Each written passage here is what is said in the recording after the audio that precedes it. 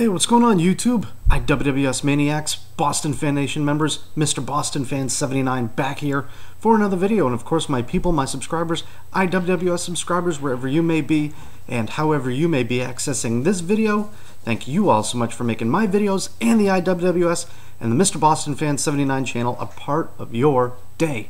Okay, what I want to do, as the title above says, bang bang, we're going to get into some classic matches, okay?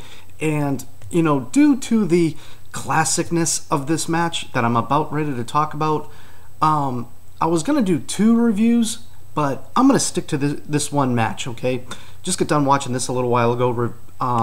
Took a lot of good notes on this, and I got to tell you, they don't call them classics for nothing.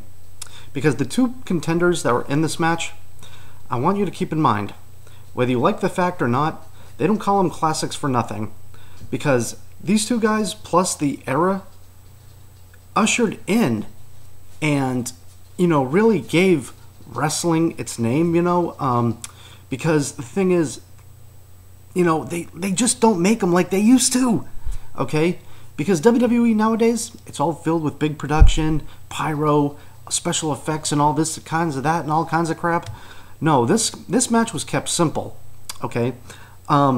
So, without further ado, let's talk about these two great contenders. Let's talk about the match that it was. I want to take you back to, the year was 1986, July 26, 1986, the Great American Bash, Greensboro, North Carolina.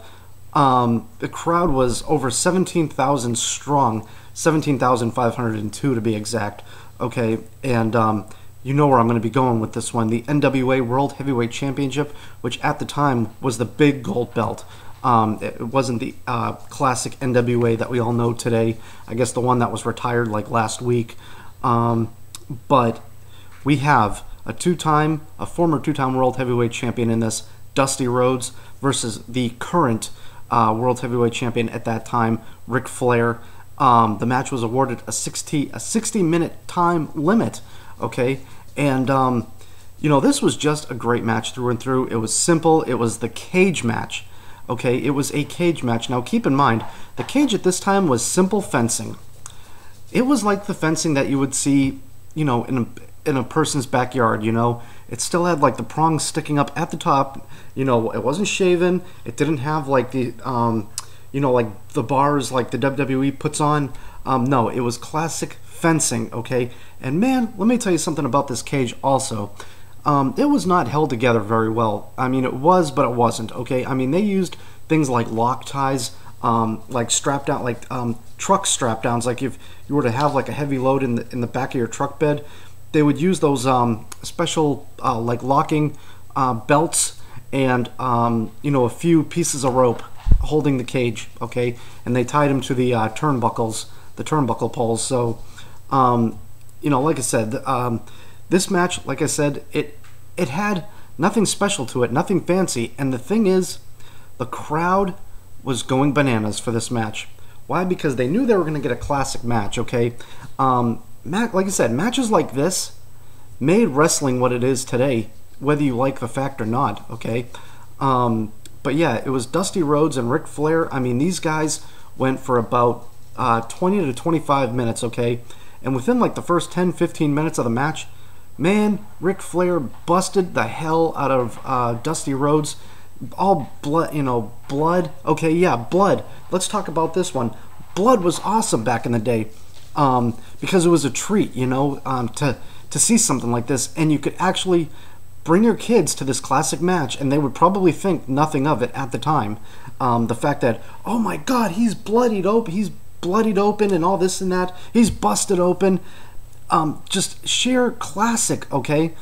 Then you have Dusty Rhodes. After a pounding from Ric Flair, that he comes back. I mean, man, Ric Flair, the look on this guy's face was priceless, okay? He was actually in fear of Dusty Rhodes, trying to, like, run from him because Dusty Rhodes was actually starting to come back in this match. You know, dishing out all kinds of slaps and elbows, punches, and, you know, and then Flair himself got busted open, okay? Classic Ric Flair getting busted open. I mean, really, Flair getting busted open. Isn't there anything better than, I mean, is there nothing better than Flair getting busted? I mean, it's classic to see Ric Flair busted open, man. Because you know it's good old Ric Flair, and Ric Flair, like, in almost every single one of his matches was, like, busted open.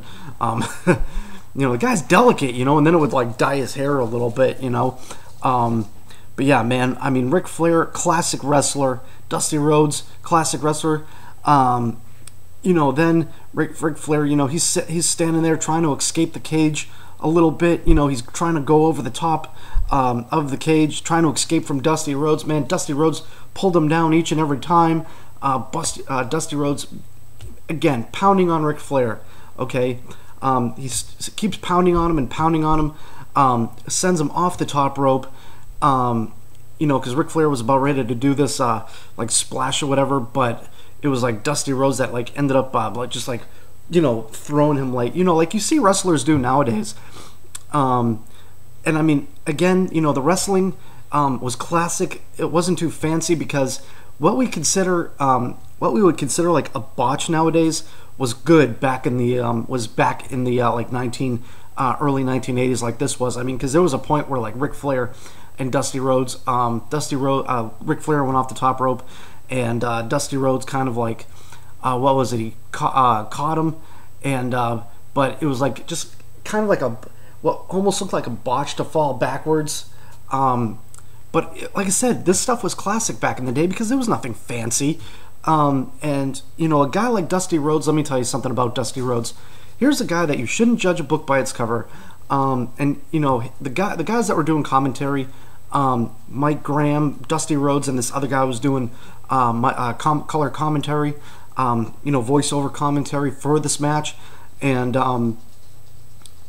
you know, these guys were saying, you know, things like, you know, guys that are, like, all big and jacked, you know, can hardly get themselves out of bed in the morning. Whereas if, you know, guys like Dusty Rhodes, you know, here's a guy, you know, he's got a gut on him and he's wearing a Speedo in the ring, you know, with his boots, his ring, the rest of his ring gear on.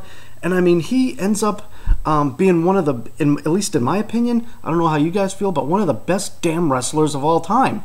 Okay, the guy is a true legend, and so isn't Ric Flair. Okay, Ric Flair, a guy that brings, these guys brought the passion to the ring each and every night. Okay, but anyways, then the long story short of this match, Dusty Rhodes ends up going for this little roll-up on, this simple little roll-up on Ric Flair, ends up winning the World Heavyweight Champion for a consecutive third time. Now, you know, keep in mind about Ric Flair and Dusty Rhodes, these guys have history, man. These guys have epic history. Ric Flair had the, you know, his 4 horsemen at the time, but they didn't come down to ringside. But, like, the year before, Dusty Rhodes had his ankle broken by the 4 horsemen. You know, there's a whole lot you could probably say about this. Like I said, it was a classic, you know, and one of the best in my opinion. And if you want this match, I would highly suggest that you either get the WWE Classics on demand, or you can, I'm sure you can find, you know, you can find this match from what I watched it from the Dusty Rhodes DVD, and I think it may be on the Ric Flair DVD too, one out of the 2 of the Ric Flair DVDs. But guys, like I said, just an utter classic match. I love this match through and through because, like I said, it was simple. And, you know, and what made wrestling so great back in the day that the WWE should have learned and can learn from the history is the NWA, because this was NWA, okay, only had about 4 to 5 matches a year, okay, and Dusty Rhodes actually helped, you know, cement the names for some of these. Example, like Starrcade. Starrcade was like the WrestleMania for the NWA.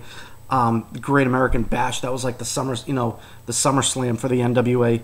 And it was all special because they made a point in this match on color commentary that what made wrestling so special was you had only 4 to 5 pay-per-views a year, and you would be in for a treat every single pay-per-view because you had build behind the feuds.